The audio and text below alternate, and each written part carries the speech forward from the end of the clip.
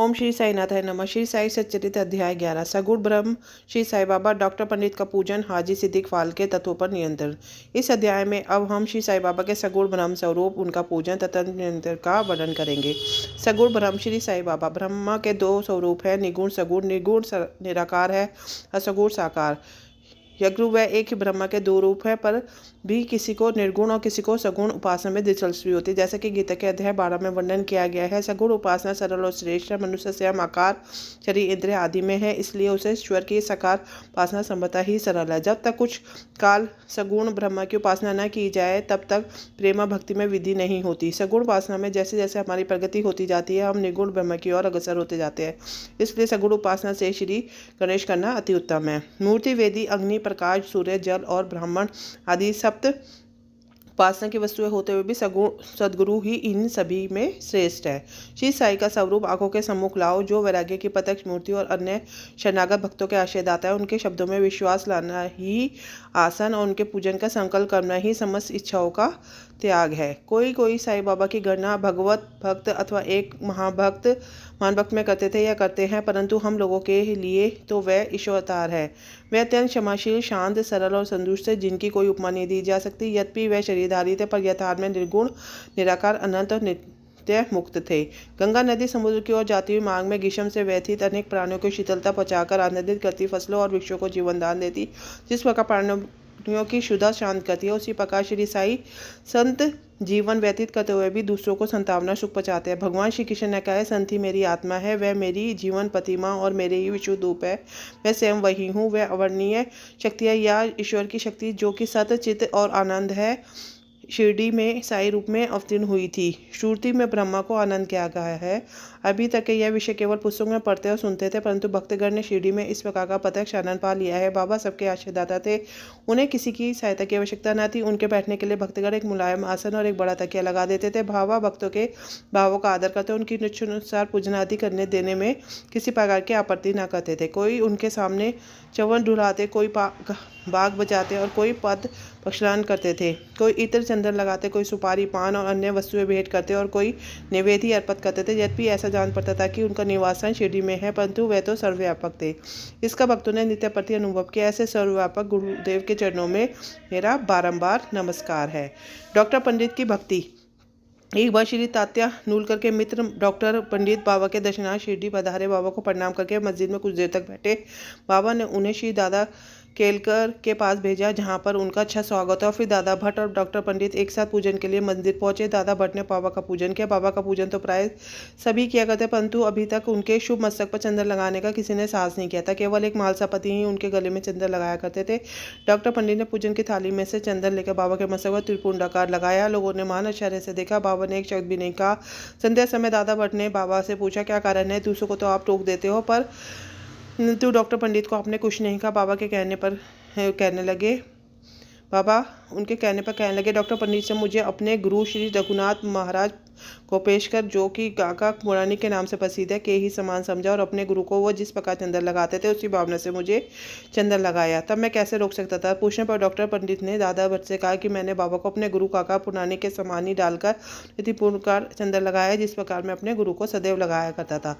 यद्यपि बाबा भक्तों की उनकी इच्छा अनुसार पूजन कर देते थे, परंतु कभी कभी तो उनका व्यवहार विचित्र ही हो जाया करता था। जब कभी वह पूजन की थाली फेंक कर रुद्रावतार धारण कर लेते, तब उनके समीप जाने का साहस किसी को न हो सकता था। कभी भी वे भक्तों के छिड़काते, कभी मोम की तरह नम होकर शांति तथा क्षमा की मूर्ति से प्रतीत होते थे। कभी कभी वे क्रोधावस्था में कामयापन हो जाते और उनके लाल नेत्र चारों ओर घूमने लगते। तथापि उनके अंतकरण में प्रेम और मात्सर्य का स्रोत बहा करता था। भक्तों को बुलाकर वह कहा करते थे कि उन्हें तो कुछ ज्ञात नहीं, वह कब उन पर क्रोधित हुए। यदि वह संभव हो कि माता अपने बालकों को ठुकरा दे और समुद्र नदियों को लौटा दे, तो वह भक्त के कल्याण की उपेक्षा कर सकते हैं। वह तो भक्तों के समीप ही रहते और जब भक्त उन्हें पुकारते तो वे तुरंत ही उपस्थित हो जाते।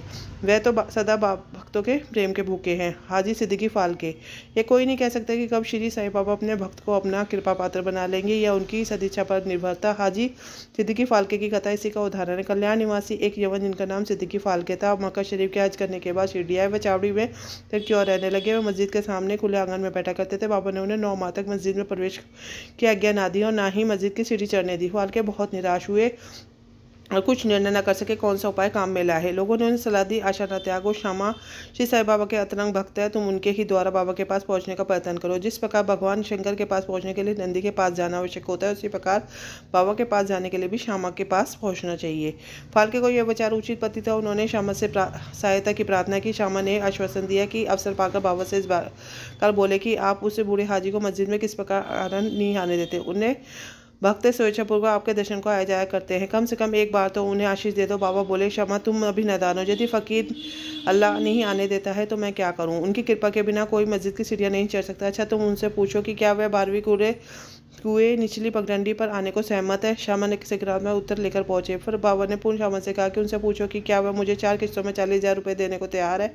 फिर श्यामा उत्तर को लेके पहुंचे कि आप कहे तो मैं 40 लाख रुपए देने को तैयार हूँ। मैं मस्जिद में एक बकरा हलाल करने वाला हूँ, उससे पूछो कि क्या रुचिकर होगा, बकरे का मांस, अनाथ या अनकोश। श्यामा यह उत्तर लेके आए, यदि बाबा के कोई भोजन पात में एक ग्रास भी मिल जाए तो हाजी अपने को सौभाग्यशाली समझेगा। यह उत्तर पाकर बाबा उत्तेजित हो गए। उन्होंने अपने हाथ से मिट्टी का बर्तन उठाकर फेंक दिया और अपनी कफनी उठाए सीधी हाजी के पास पहुंचे। उनसे कहने लगे, व्यर्थ ही नमाज क्यों पढ़ते हो, अपनी श्रेष्ठता का प्रदर्शन क्यों करते हो? यह वृद्ध हाजियों के समान वेशभूषा तुमने क्यों धारण करेगी? क्या तुम कुरान शरीफ का इसी प्रकार पठन करते हो? तुमने अपने मक्का हज का अभिमान हो गया, परंतु तुम मुझसे अनभिज्ञ हो। इस प्रकार डांट सुनकर हाजी घबरा गया। बाबा मस्जिद की ओर लौट आए और कुछ आमों की टोकरियां खरीद कर हाजी के पास भेज दी। वे स्वयं भी हाजी के पास गए, अपने पास से 55 रुपये निकालकर हाजी को दिए। इसके बाद बाबा हाजी से प्रेम करने लगे और अपने साथ भोजन करने को बुलाने लगे। अब हाजी भी अपनी इच्छा अनुसार मस्जिद में आने जाने लगे। कभी कभी बाबा उन्हें कुछ रुपये भी भेज दे दिया करते थे। इस प्रकार हाजी बाबा के दरबार में सम्मिलित हो गए। बाबा का तत्वों पर नियंत्रण। बाबा के तत्व नियंत्रण की 2 घटनाओं के उल्लेख के साथ ही यह अध्याय समाप्त हो जाएगा। एक बार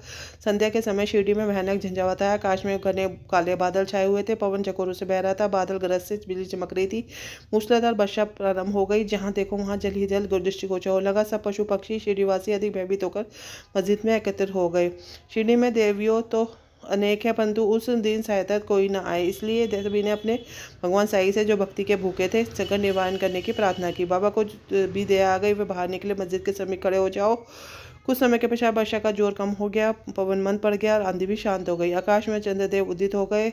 तब सब लोग अति प्रसन्न होकर अपने अपने घर लौट आए। एक अन्य अवसर पर मध्याह्न के समय धूनी की अग्नि इतनी प्रचंड होकर जलने लगी कि उनकी लपटें 5 तक पहुंचने लगी। मस्जिद में बैठे कुछ लोगों को समझ में न आता कि जल डालकर अग्नि शांत कर दे अथवा अन्य कोई उपाय काम में लाए। बाबा से पूछने पर साहस को नहीं कर पा रहा था, परंतु बाबा शीघ्र परिस्थिति को जान गए। उन्होंने अपना सटका उठाकर सामने के खंबे पर बलपूर्वक प्रहार किया और बोले, नीचे उतरो और शांत हो जाओ। सटके के प्रत्येक ठोकर पर लपटें कम होने लगी। कुछ मिनटों में धुनी शांत और यथापूर्वक हो गई। श्री साईं ईश्वर के अवतार है, जो उनके सामने नतमस्तक हो शरणागत होगा उस पर वे अवश्य कृपा करेंगे।